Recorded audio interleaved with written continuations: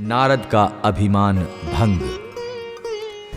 नारद जी के चले जाने पर भगवान विष्णु ने अपनी अद्भुत माया रची। नारद जी के रास्ते में एक नगर का निर्माण कराया। उसके राजा का नाम शीलनिधि रखा। उसकी एक सुंदर गुणशील पुत्री थी।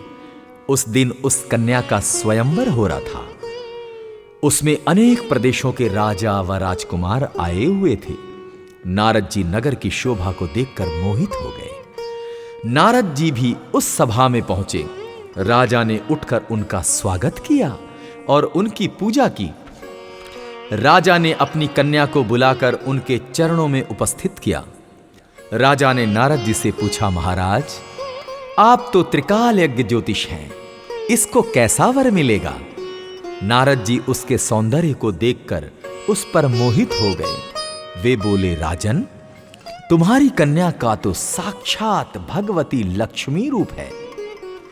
इसको त्रिलोकी का स्वामी शिव जी के समान वीर यशस्वी पति प्राप्त होगा। इतना कहकर नारद जी वहां से चल दिए। उनके हृदय में विकार पैदा हुआ कि यह कन्या मुझे मिलनी चाहिए, परंतु राजाओं के सामने यह मुझे स्वीकार नहीं करेगी, क्योंकि सब स्त्रियां रूपवान पति चाहती हैं। इस कारण मैं भगवान विष्णु का रूप धरकर सभा में आऊं तो काम बन सकता है। ऐसा सोचकर नारद जी भगवान विष्णु के पास पुनः गए। उन्होंने भगवान विष्णु को नमस्कार करके शीलनिधि की कन्या के बारे में सारी बातें बताई। मैं उसे पाने की इच्छा से आपके पास आया हूं। आप मुझे अपना रूप प्रदान करने की कृपा करें। भगवान विष्णु ने कहा, हे नारद, आप वहां पहुंचे, मैं तुम्हारा हित करूंगा। वहां पहुंचने पर भगवान विष्णु ने नारद को अपना रूप न देकर वर्ण वानर का सा मुख प्रदान किया। हरिवानर के भी कहते हैं।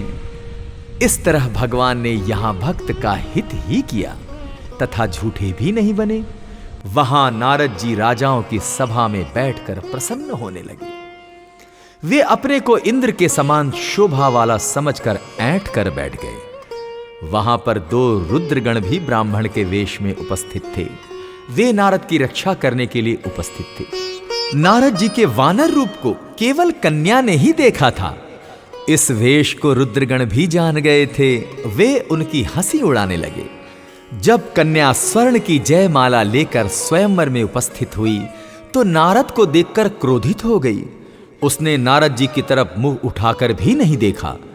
वहां राजा के वेश में विष्णु जी भी उपस्थित थे, जो कन्या को विवाह करके ले गए।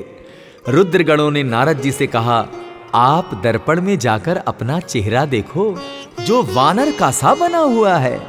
जब नारद जी ने अपना मुख दर्पण में देखा तो क्रोध से भरकर उन्होंने रुद्रगणों को श्राप दे डाला कि तुमने मेरी हंसी उड़ाई है, अतः दोनों राक्षस बन जाओ। रुद्रगण चुपचाप श्राप को ग्रहण करके शिवलोक को चले गए। नारद जी शिव जी की माया को न समझकर क्रोध में भरकर जल में अपनी परछाई देखकर विष्णु जी के पास गए और क्रोध में भरकर बोले, तुम दुष्ट, कपटी और मलिन मन वाले हो। तुम दूसरों को सुखी होता नहीं देख सकते। तुम पूरे मायावी हो। तभी तो तुमने मोहिनी रूप रखकर दैत्यों को अमृत पिलाया और कलश छीन लिया था। तुमने मुझे स्त्री कलेश से दुखित किया है और स्वयं कपटपूर्वक राजा का रूप धारण कर लिया। अतः तुम मनुष्य रूप में राजा बनकर स्त्री क्लेश से दुखी होगे। तुमने मेरा वानर का मुख किया है, अतः वानर ही तुम्हारी सहायता करेंगे। विष्णु भगवान ने शिव जी की कृपा से यह श्राप स्वीकार कर लिया।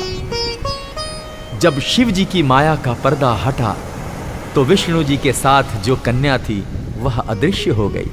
नारद एवं विष्णु जी अपने असली रूप में परिणीत हो गए। अब नारद जी को ज्ञान हुआ तो वे पश्चाताप करने लगे और भगवान विष्णु के चरणों में गिरकर क्षमा मांगने लगे। भगवान विष्णु ने नारद जी को उठाकर प्रेम पूर्वक हृदय से लगा लिया और बोले, हे नारद, तुम चिंता ना करो। तुम्हें अभिमान ने घेर लिया था। तुमने शिव जी की आज्ञा का पालन भी नहीं किया था। यह उसी का फल है। यह सब शिव जी की इच्छा का फल है। अब तुम शिव जी के 100 नामों की प्रेम सहित जाप करो और इससे तुम्हारे सभी पाप समाप्त हो जाएंगे।